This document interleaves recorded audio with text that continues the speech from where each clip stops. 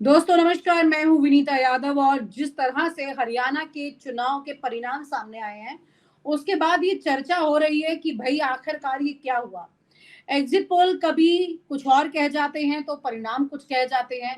पिछली बार exit poll BJP के हक में थे तो परिणाम हक में नहीं आए थे उतने। इस बार हक में आए कांग्रेस के तो उनके परिणाम ऐसे नहीं आए। आखिरकार कुल मिलाकर के एग्जिट पोल को तो कतई रिहाई नहीं मिल सकती है इस मामले में, और उन पर सवाल और आरोप तमाम तरह के चलते जाएंगे ऐसा लगता है। वहीं दूसरी तरफ एक बड़ी बात ये नजर आती है कि इस वक्त एक ऐसी मोडस ऑपरेंडी है जो कि बीजेपी का साथ देती है, ऐसा आरोप लगातार विपक्ष उन पर लगाता रहा है।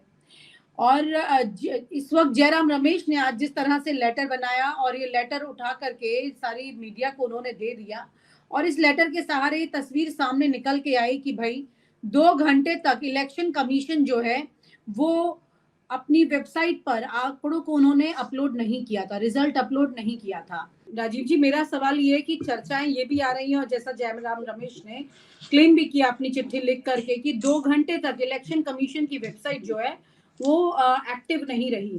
तो एक्टिव नहीं रही मतलब उसमें अपडेट नहीं किया गया कोई भी आंकड़ा 2 घंटे तक।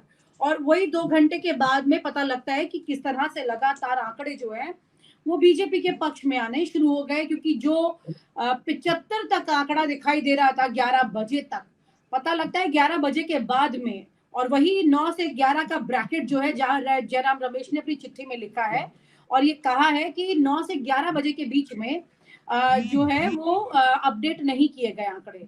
तो और 11 के बाद ही सारी चीजें जो है बीजेपी के फेवर में दिखने लगी। वहीं दूसरा जो चर्चाएं सामने निकल के आ रही हैं, कांग्रेस के जितने लोग हैं जो सोर्सेज ये बता रहे हैं, उनका ये कहना है कि बहुत सीधी कॉल गई थी जो वहां के अधिकारी हैं उनके पास कि भाई आपने ये देखना है, और अधिकारियों की भूमिका को आप इस चुनाव में या किसी भी चुनाव में पिछले कुछ वक्त से तो खास तौर से मना नहीं कर सकते हैं जिस तरह से चल रही है। आपका क्या कहना है सर ये दोनों चीजों को लेकर? देखिए विनीता, सीधी सीधी बात मैं एक चीज कहता हूं कि ईवीएम को लेकर और इसकी मैनेजमेंट को लेकर तमाम चुनावों में सवाल खड़े होते हैं। और मेरा पर्सनली ये मानना है कि अगर ये ऑपोजिशन पार्टीज जितनी भी हैं ये मानती हैं कि ईवीएम में गड़बड़ हो सकती है, क्योंकि क्वाइट पॉसिबल, आजकल साइंस का युग है, कुछ हो सकता है नहीं हो सकता, उसके उसमें देखना उनके ऊपर है, प्रूव करना कैसे करना वो एक अलग चीज। पर इसके खिलाफ एक सस्टेन्ड मूवमेंट की जरूरत है। ये नहीं कि चुनाव आए और फिर आप हल्ला उठाएं और उसके बाद फिर बैठ जाएं। कितने चुनावों में ये बार बार हो चुका है।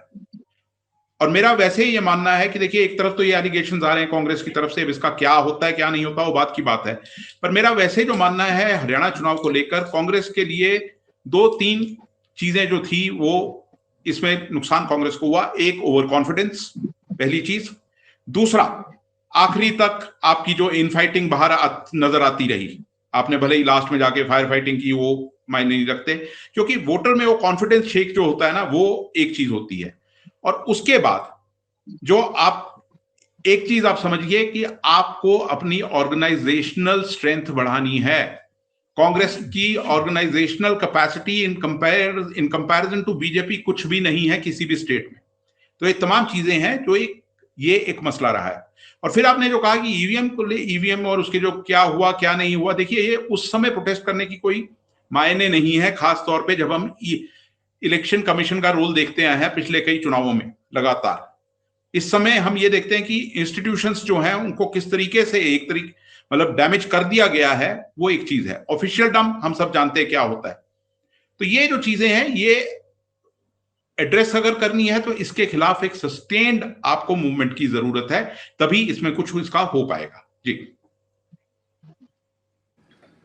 क्या अधिकारियों का रोल भी हनुमान जी यहाँ पर बहुत सीरियस है? क्योंकि चुनाव के ठीक पहले ताबड़तोड़ ट्रांसफर होने शुरू हो जाते हैं, और ये ट्रांसफर इस तरह से होते हैं कि बस पूछिए मत। और खास तौर से उन लोकेशंस पर, अभी यूपी में ही आप देख लीजिए, वहां पर उपचुनाव होने जा रहा है, और उपचुनाव में आप देखेंगे कि उससे पहले कितने लगातार वहां पर शुरू हो गए हैं ट्रांसफर पोस्टिंग।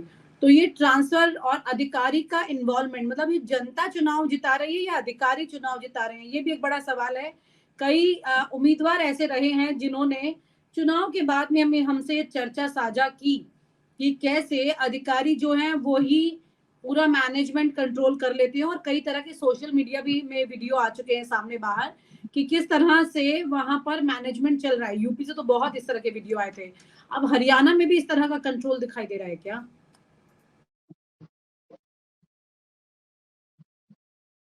हनुमान विनीता जी, ये सवाल आप मुझसे कर रही हैं? आपसे। जी देखिए, जी विनीता जी, देखिए, ये तो एक सर्वविदित तथ्य है कि जो भी पार्टी सत्ता में होती है वो कहीं ना कहीं से कुछ ना कुछ फेवर लेने की कोशिश करती है, और खास करके प्रशासन का जो फेवर है वो लेने की कोशिश करती है। और चूंकि प्रशासन में पसंदीदा अधिकारियों को चुनाव के पहले लगाया भी जाता है इसी उद्देश्य से कि वो कहीं कुछ लाभ पहुंचाएंगे। ये आरोप निराधार तो बिल्कुल नहीं है। मैं ये कहूंगा कि निराधार नहीं है, ये हर पार्टी करती है, सत्ताधारी दल करता है। लेकिन सवाल ये उठता है कि आखिर वाली पार्टी के लिए इसकी काट क्या है? राजीव जी, ये एक बहुत गंभीर मुद्दा है। मैं आपसे इस पर व्यू चाहती हूँ कि किस तरह से ये अधिकारियों का रोल हो गया है। मेरा सीधा सवाल है कि चुनाव जनता जिता रही है या अधिकारी? देखिए, जैसा मैंने कहा कि ये एक इंस्टीट्यूशनल डीजेनरेशन आपको देखने में मिल रही है हर लेवल पे। अधिकारियों का आप हिसाब ले लीजिए, पत्रकारों का हिसाब ले लीजिए, जिस तरीके का उनका रोल रहता है पूरे चुनाव में या बाकी चीजों को लेकर आपका जो रहता है। तो अधिकारी हैं, पत्रकार हैं, फिर इलेक्शन कमीशन, सबसे बड़ा सवाल तो उस पर उठता है, किस तरीके से इलेक्शन कंडक्ट किए जाते हैं, किस तरह वो बिल्कुल एक पार्टीजन तरीके से फंक्शन करता है, किस पार्टी को कितने नोटिस देता है और किसको रोकता है, किसको नहीं रोकता है, एक तमाम चीजें होती हैं। तो ये चीजें जो है ना, इसका काट, जैसा कि मैंने कहा कि इसके खिलाफ एक सस्टेन्ड मूवमेंट की जरूरत है ऑपोजिशन के द्वारा। ये डेफिनेटली ये एक इंडियन डेमोक्रेसी के लिए एक बहुत बड़ा प्रश्न चिन्ह है कि आपके इंस्टीट्यूशंस जो हैं वो काम नहीं कर रहे जैसा उनको करना चाहिए, चाहे वो एडमिनिस्ट्रेशन हो, चाहे फिर आपकी इलेक्शन कमीशन हो, चाहे फिर आपके बाकी लोग जो हों। तो इसमें अब आपको बात वही है कि एक पूरे के पूरे ऑपोजिशन को एक समय बैठकर इसकी काट ढूंढनी होगी और इसको लेकर मोमेंटम आगे बनाना होगा, क्योंकि आज ये हरियाणा में हुआ है, आने वाले समय में आप यूपी की बात कर रहे हैं, ऑलरेडी ट्रांसफर शुरू हो गए हैं, क्या कौन रोक लेगा उन ट्रांसफर्स को, कौन सवाल उठाएगा उस पर? तो फिर यूपी है, महाराष्ट्र है, झारखंड है, दिल्ली है। तो ये चीजें रिपीट, देखिए हुआ है नहीं हुआ है वो दूसरी बात है, पर ये सवाल फिर उठेंगे, ये सवाल फिर उठेंगे अगर ऐसा कोई नतीजा आता है या ऐसी कुछ घटना दोबारा होती है या ऐसा कुछ माहौल दोबारा बनता है, तो क्यों ना इसे एक बार खत्म करने के लिए एक प्रॉपर मुहिम छेड़ी जाए जिसको लेकर मामला साफ हो। क्योंकि डेमोक्रेसी को लेकर, इंडियन डेमोक्रेसी को लेकर, और मतलब बीजेपी की जब आप बात करते हैं तो हम तो कितने सालों से सुनते आए हैं, पुराने समय के लीडर्स जो कहते थे कि एक बार पावर आने दीजिए, फिर देखते हैं हम क्या, देखिए हम क्या होता है उसके बाद देश में क्या होता है। तो ये चीजें जो पावर आती है और ऑफिशियल्स यूज होते हैं, वो कांग्रेस भी करती रही है, मतलब कि उनका ऑफिशियल्स को वैसा यूज होता रहता है, वो कोई नई बात नहीं है। पर इसका काट ढूंढना बहुत जरूरी है इंडियन डेमोक्रेसी को सर्वाइव करने के लिए। इन सवालों के घेरे से बाहर आना उतना ही जरूरी है। जी, आपने बिल्कुल ठीक कहा, लेकिन सवाल ये उठता है कि जब अधिकारियों के एक अलग ही तरह का सेटअप है जो कि अब हर राज्य में मूव कर रहा है। अगर हम उत्तर प्रदेश की बात करें तो ये चीज काफी हद तक एक्सपोज हो चुकी है। हरियाणा के मामले में उतनी एक्सपोज, और उन अधिकारियों के नाम अगर आपसे मैं चर्चा करने लगूं तो कुछ अधिकारियों के नाम आपको जहन में आ जाएंगे, लेकिन उत्तर प्रदेश की हम बात करते हैं तो पूरी लिस्ट ही याद आने लगती है कि कौन कौन कहाँ काफी एक्सपोज है। और उत्तर प्रदेश में जाति समीकरण को लेकर के भी बहुत ज्यादा इम्पैक्ट है, उसमें भी पार्टी का इन्फ्लुएंस बहुत ज्यादा इस तरह से है, लेकिन हरियाणा में ऐसा नहीं था। लेकिन खबरें जो आ रही हैं, जो चर्चा हो रही है कि आखिरी वक्त में अच्छा खासा दबाव जो है अधिकारियों पर डाला गया है, और कहा गया है कुछ अधिकारियों को खास तौर से 10 से 12 सीटों की लेवल पर कि आपको इसको मैनेज करना है किसी भी तरह। आटे में नमक डलता, नमक में आटा नहीं डलता राजीव जी। तो ये आटे में नमक डला है हरियाणा में? देखिए, डला है नहीं डला है, मैं यहां बैठ के वो चीज नहीं कह सकता है। एलिगेशंस हैं, वो कैसे अगर एक्सपोज करती है कांग्रेस, बहुत अच्छी बात है। मेरा सवाल ये है कि क्या गारंटी है यही नमक जो है आपको बाकी राज्यों में नहीं दिखेगा? उसको रोकने के लिए क्या करने की जरूरत है, सवाल ये है। अगर ऐसे एलिगेशन है तो इन एलिगेशंस को कुछ तो इसका समाधान चाहिए ना। होता ये है, मेरा कहना ये है कि चाहे कांग्रेस हो या बाकी पार्टियां हो, जब तो चुनाव होते हैं उससे एक आधे आपका बयान आता है। अब यूपी की आप बात कर रहे हैं, कितने बयान आए कांग्रेस के अभी तक कि ऐसा हो सकता है, अधिकारियों के तबादले हो रहे हैं? इस मामले को किसने टेकअप किया? कितना समाजवादी पार्टी ने टेकअप किया अभी तक? एक्सपोज हुए? समाजवादी पार्टी तो लगातार यूपी के तबादलों को लेकर जिक्र कर रही है, तो लेकिन कांग्रेस बड़ा क्यों नहीं कर सवाल रही? ये कि वो उसमें बदलाव नहीं होता। देखिए, ये सिर्फ आप यूपी की बात कर रहे हैं, तो यूपी में समाजवादी पार्टी कर रही है, बाकी पार्टियां कहां हैं? ये एक इकट्ठे होके एक सस्टेन कैंपेन की जरूरत है। देखिए, ये माफ कीजिएगा राजू कि मैं इंटरप्ट कर रही हूँ थोड़ा, लेकिन यूपी में जो 37 सीटों का आंकड़ा अखिलेश यादव ने पकड़ा, वो उसमें एक सबसे बड़ी बात ये भी नजर आती है कि मतलब कुल मिलाकर के जो उन्होंने एक एक काउंटिंग सेंटर पर, बूथ पर नजर रखी, और वो नजर रखने वाला जो सिलसिला था, वो आपको नहीं लगता अभी हरियाणा में टूटा? अगर वो ध्यान रखते तो नहीं चलता ऐसे। डेफिनेटली, तो वही तो मैं बोल रहा हूं कि कांग्रेस के पास ऑर्गेनाइजेशनल स्ट्रक्चर कहां है? बिल्ड तो उसको करने की जरूरत है ना। अखिलेश यादव ने पकड़ लिया क्योंकि जो एक एक बूथ पे उनका आदमी मौजूद था। हुड्डा तो ऑर्गेनाइजेशनल स्ट्रक्चर को ही मेंटेन करने, देखिए, पार्टी की ऑर्गेनाइजेशनल स्ट्रक्चर की बात कर रहा हूं मैं, या इंडिविजुअल का वैसा हुड नहीं होता। जैसे कि एक पार्टी का ऑर्गेनाइजेशन वैसा खड़ा होना बहुत जरूरी है। इंडिविजुअल लीडर की कितनी सीटें, अपनी सीटें, आपने जो चाहते हैं उनकी सीटें, उस पर आप कर सकते हैं। एक एक बूथ को मैनेज मतलब मॉनिटर करना जो है, वो हर पार्टी का काम होता है, और कांग्रेस उसमें सक्षम है। आफ्टर ऑल नेशनल पार्टी है, सबसे पुरानी पार्टी है, क्यों नहीं है सक्षम? अब इसमें तो अंदर खुद झांकने की जरूरत है ना कांग्रेस को। अब आप जब जानते हैं कि आपकी सुनवाई ईसी में नहीं होने वाली है, आपकी सुनवाई लोकल स्तर पे कहीं नहीं होने वाली है, तो फिर आप क्या करेंगे? कोर्ट्स में जाएंगे, तो कोर्ट्स में तो मामला आते आते तब तक तो शायद अगले से इलेक्शन की बात आ जाती है। ये सवाल है।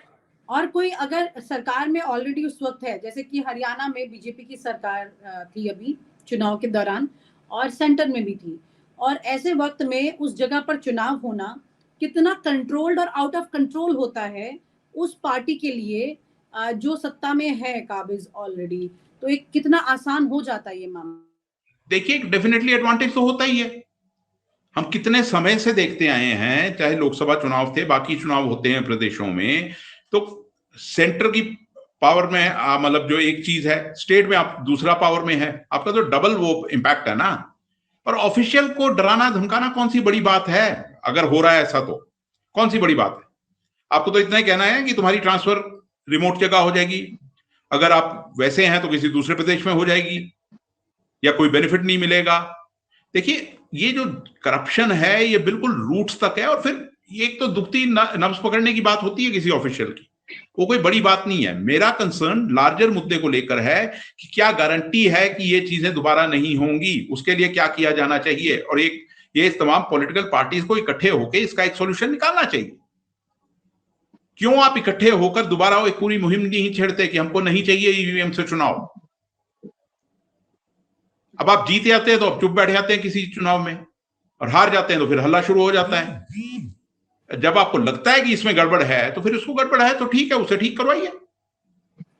Late there be a level playing field ना। और ऐसे वक्त में राहुल गांधी और प्रियंका गांधी दोनों ही बाहर थे जब जानकारी आई, जब परिणाम आ रहे थे कि कहाँ हैं, तो जानकारी यही थी कि दोनों विदेश गए हुए हैं। ऐसे में जी, कांग्रेस को थोड़ा और सीरियस होने की जरूरत है, जाहिर सी बात है। थोड़ा नहीं, बहुत सीरियस। मुंह आया निवाला उन्होंने इसमें गवा दिया, इसमें कोई दो राय नहीं है। ये कांग्रेस का एक इनहेरेंट टैलेंट है। जीती जिताई बाजी हारना कोई पहली बार नहीं हुआ, पहले प्रदेश में नहीं हुआ है। रही बात लीडरशिप की, देखिए, आप क्या आपने कभी देखा है कि चुनाव हो रहे हो और नरेंद्र मोदी बाहर हो या अमित शाह बाहर हो? आखिरी मिनट तक कैंपेन करना, आखिरी मिनट तक पूरा ऑर्गेनाइजेशन को इंस्ट्रक्शंस देना, आखिरी मिनट तक चीजों को मॉनिटर करना, ये चीजें अपने वोटर्स में, अपनी ऑर्गेनाइजेशन में, अपने कार्डर में बहुत कॉन्फिडेंस इन्फ्यूज करती हैं, क्योंकि ऐसा नहीं नजर आता। और हरियाणा की तो आपने देखी हालत क्या थी कि आखिरी दम तक वही हो रहा था कि अभी चुनाव हुआ भी नहीं है, अभी सीटें आई भी नहीं है, और पहले से दावे शुरू हो गए थे। कोई मुख्यमंत्री का दावा कर रहा था तो कोई बाकी की अब ऐसा होगा और अब वैसा होगा, इस तरह के दावे आप पब्लिक पे करने लग गए थे। ये चीजें जो है खाना बहुत कुछ खीर पकने से पहले खाने की दावेदारी शुरू हो गई थी और अपने आप कर गया। देखिए अभी भी कांग्रेस के लिए ये चुनाव, देखिए होता क्या है, लोकसभा चुनाव में अच्छा परफॉर्मेंस था। हरियाणा में एक सबसे बड़ी गलती जो थी वो ये थी कि आपने एज इंडिया ब्लॉक क्यों नहीं लड़ा चुनाव। आपको एक कहीं ना कहीं आपको बाकी पार्टी से उन्होंने नुकसान किया है। इंडिया ब्लॉक की जो छोटी पार्टियां थी अलग होकर, आप देखिए ना, INLD, जेजेपी, आम आदमी पार्टी, कांग्रेस पार्टी, है ना, ये और तमाम इंडिपेंडेंट्स वर्सेस 1 बीजेपी, उसका फर्क पड़ता है और लोगों में भी एक अच्छा मैसेज जाता है। और ये तो छोटा राज्य है। अभी महाराष्ट्र में चुनाव होगा, अगर वहां पर भी इंडिया ब्लॉक ने चुनाव एक साथ नहीं लड़ा तो वहां पर भी एक बड़ा नुकसान देखने को मिल सकता है। डेफिनेटली, क्योंकि आपके पास वो ऑर्गेनाइजेशन नहीं है, वो रिसोर्सेज नहीं है, वो आपके पास उस तरह की, देखिए बीजेपी का ऑल सेड एंड डन एक ऐसी पॉलिटिकल मशीनरी है एक जो 24 घंटे इलेक्शन मोड में रहती है, वेल ऑयल्ड, वेल ऑर्गेनाइज्ड, और एक हायरार्की है जो फॉलो की जाती है। अब आपको हो सकता, देखिए चुनाव का अब दौर बदल चुका है। आप 80 के दशक में चुनाव नहीं लड़ रहे हैं, चुनाव के टूल्स बदल चुके हैं और चुनाव लड़ने की प्रक्रिया बदल चुकी है। जिस तरह हम देखते हैं ना, ये रूथलेस तरीके से चुनाव लड़ना होता है, उसमें कोई कांग्रेस चाह करके भी अकेले अपर हैंड पे नहीं जा सकती, उसे हर जगह रीजनल पार्टी की जरूरत पड़ेगी, क्योंकि देखिए जहां पर है वहां स्ट्रक्चर कमजोर है उस लेवल पर। अभी डेफिनेटली आपको इसकी जो स्ट्रेंथ है उसके साथ तालमेल बिठाना है, नहीं तो आप अपना नुकसान ही कर रहे हैं और क्या कर रहे हैं। ये कांग्रेस के लिए बहुत इंपॉर्टेंट है। आप देखिए ना, अब जम्मू कश्मीर में आप देख लीजिए, कांग्रेस की हालत देखिए आप क्या हुई है वहां पर, जम्मू रीजन में खासतौर पे। हालत ये नहीं कि आप चुनाव हारे हैं, किस मार्जिन से चुनाव हारे हैं आप, वो अपने आप को बड़ा आईना दिखा रहा है आप। यहाँ पर पवन खेड़ा ने ये जिक्र किया है कि 60-70% बैटरी जिन ईवीएम में बची हुई थी वो ठीक थी और उससे ज्यादा जहां इस्तेमाल हुई वहां पर उनकी हार हुई। तो ईवीएम पर उन्होंने एक बड़ा सवाल यहाँ खड़ा किया है। और नायब सैनी ने तो 24 घंटे पहले चुनाव परिणाम आने के कह दिया था कि ईवीएम पर ठीकरा मत फोड़ना। इसके बाद तो मतलब डेफिनेटली बात वही है। आपको ईवीएम अब याद आ रहा है हारने के बाद, ये मसला लोकसभा चुनाव के दौरान भी कई कॉन्स्टिट्यूएंसी से उठा था, उससे पहले भी कई चुनावों में उठ चुका है। तो क्यों आपको सिर्फ चुनाव के टाइम ही ये ईवीएम का मसला याद आता है? एक क्लियर कट आपको एक एक्शन की जरूरत है। अगर आपको लगता है कि ईवीएम में धांधली हो रही है तो आपको एक क्लियर कट एक्शन की जरूरत है उसमें। अब बैटरी चार्ज हुई नहीं हुई, तमाम चीजें होती हैं, वोटिंग पे सवाल उठते हैं, तमाम चीजें होती हैं। वो कैंडिडेट देखिए, आपका कैंडिडेट के सपोर्टर्स, कैंडिडेट की और ऑर्गेनाइजेशन के वर्कर्स, आपको एक एक चीज मॉनिटर करनी है। अपने आप को उस लेवल तक आपकी तैयारी होनी चाहिए। अगर आपको बीजेपी जैसी एक ऑर्गेनाइजेशन को इलेक्टोरली डिफीट करना है, आज उस पार्टी के पास कार्डर की कमी नहीं है, ऑर्गेनाइजेशनल स्ट्रेंथ की कमी नहीं है, रिसोर्सेज की कमी नहीं है, पैसे की कमी नहीं है, और फिर उनके पास तो एक नैरेटिव स्पिन करने वाले बहुत हैं। तो आपको ये तमाम चीजें जो है आपको अपने दिमाग में रखकर चलना है, और इसको आगे के चुनावों के लिए भी आपको इन चीजों को लेकर कोई ना कोई रणनीति तैयार करनी है। और आप हमसे जुड़े रहने के लिए सब्सक्राइब करें YouTube पर, फॉलो करें Twitter पर और लाइक करें Facebook पर। और ज्यादा जानकारी के लिए आपको टाइप करना होगा सिर्फ न्यूज़ नशा।